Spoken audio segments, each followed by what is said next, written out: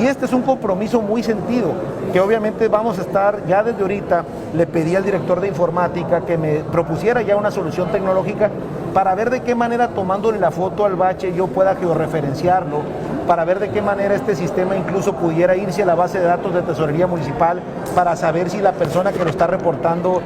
pagó el impuesto predial, y si es el caso, por supuesto, darnos ese plazo de una semana, que fue lo que se comprometió durante mi campaña, para que si en esa semana ese bache no se tapa, se le regrese a esa persona el impuesto predial que esa persona debió haber pagado. Y eso es parte de lo que estamos viendo. Para eso es bien importante una solución tecnológica que pueda contemplar no solamente la parte de bacheo que está en SIDUE, sino también la de tesorería, para poder recurrir a la base de datos del predial. Entonces sí lo vamos a cumplir, por supuesto, y vamos a buscar la mejor solución tecnológica para que la gente de manera fácil, ágil, pueda reportar los baches.